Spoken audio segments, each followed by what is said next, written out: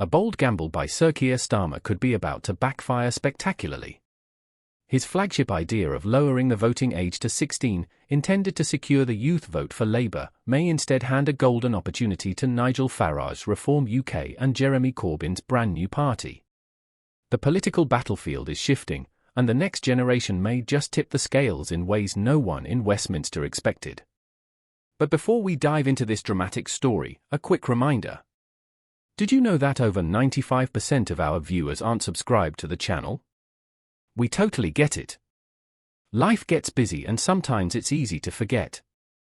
But here's the thing, subscribing is completely free, and it really helps us keep creating the content you enjoy. So why not hit that subscribe button and join our community?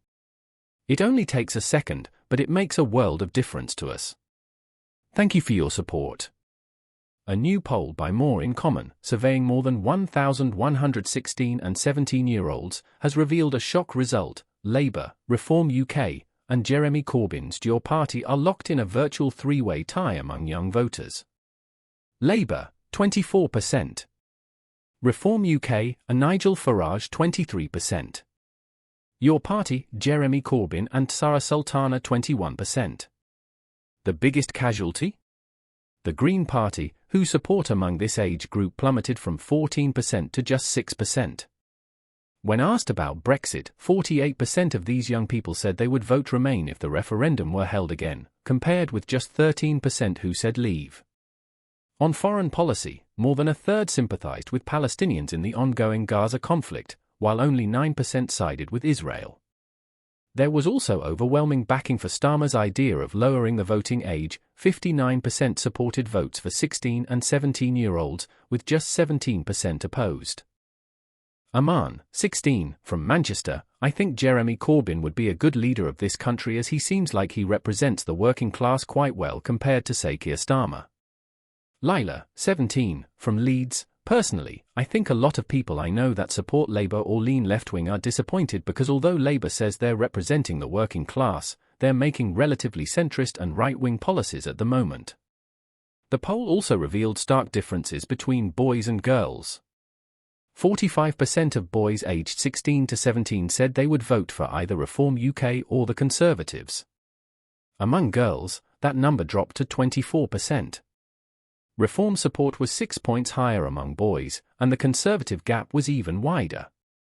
Nigel Farage remains the most polarising figure. His net favourability among boys was plus 6%, but among girls it was minus 18%. Jeremy Corbyn scored a modest plus 5% with boys and plus 3% with girls, though over half said they had no strong opinion either way.